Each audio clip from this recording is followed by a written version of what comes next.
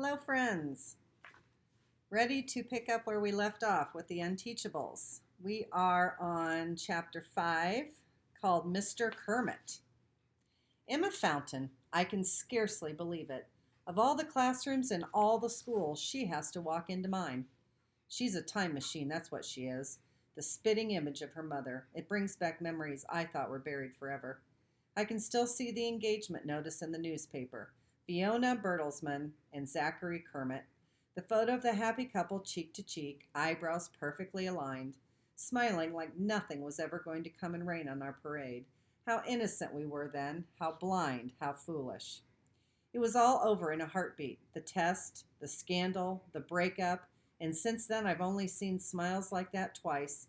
7 months later, when Fiona lined her eyebrows up with Gil Fountain in the engagement notices, and today when their daughter Emma stepped through the doorway of room 117. Fate has a way of sticking it to you twice, resurfacing like a bad burrito. This morning was my second shot.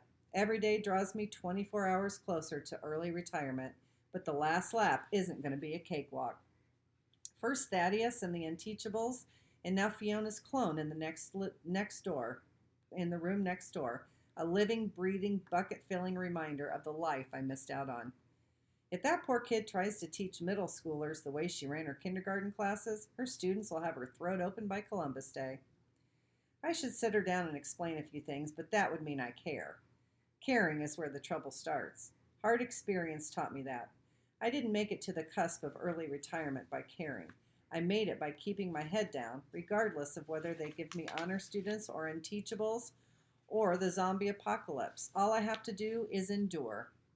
There are small satisfactions. The hiss of the air-controlled closing of the school entrance behind me as I exit the building. The crunch of my shoes on the bad pavement of the parking lot. The stab of pain in my sore shoulder as I open the ill-fitting door of my 1992 Chrysler Concorde, the one Fiona and I bought to start our new life together. Sky blue, although now it's mostly rust. I don't know why I've kept it so long. For sure it isn't the money. The repair bills alone would have bought me a Lamborghini. I turn the key in the ignition and the motor coughs and dies.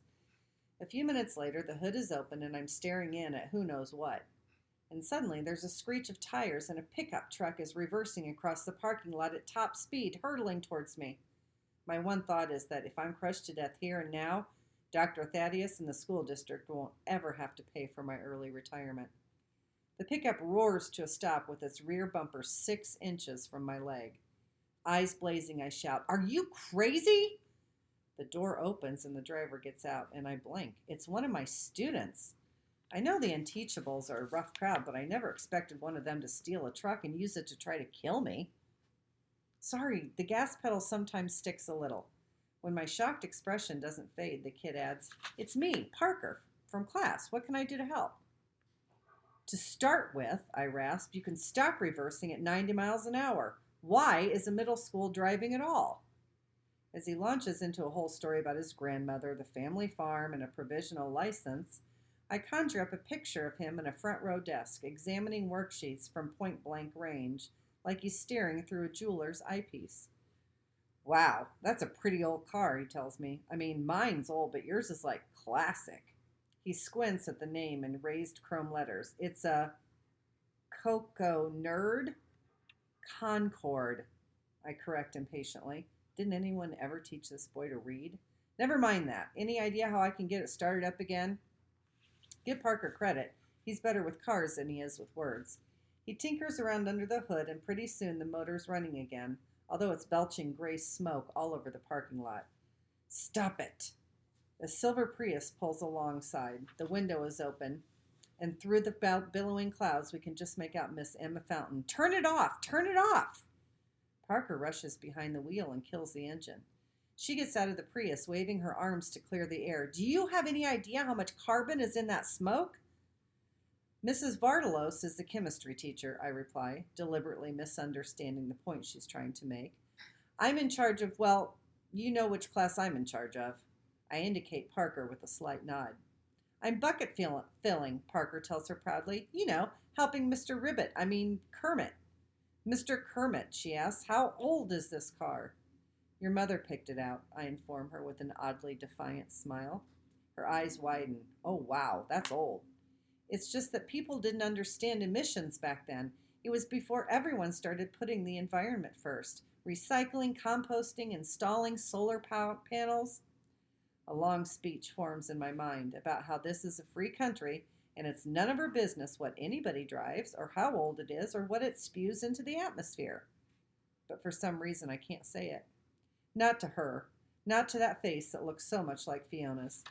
She softens. Well, maybe you can keep it, but you definitely have to put in a catalytic converter. It's on my list, I assure her, right after a new floor for the back seat, just in case I ever have passengers. Parker peers into the back. Whoa, is that the ground? Air conditioning, I supply tight-lipped, old school. Emma regards me with pity. On the plus side, she and Parker managed to get the motor running again, minus the smoke this time.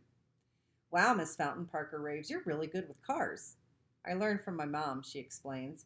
She took a course in auto mechanics because she bought a real lemon once, and her voice trails off as she frowns at the old Concorde connecting the dots. I swallow what's left of my pride. Thanks for your help. I'm positive that her first act after getting home will be to call her mother and say, Ma, guess what? He's still got that car. The calendar appears in my mind, that magical date in June circled in gold Sharpie. Only 172 more school days to go. That is the end of chapter 5. He's quite the interesting man, isn't he? All right, see you later. Have a good afternoon.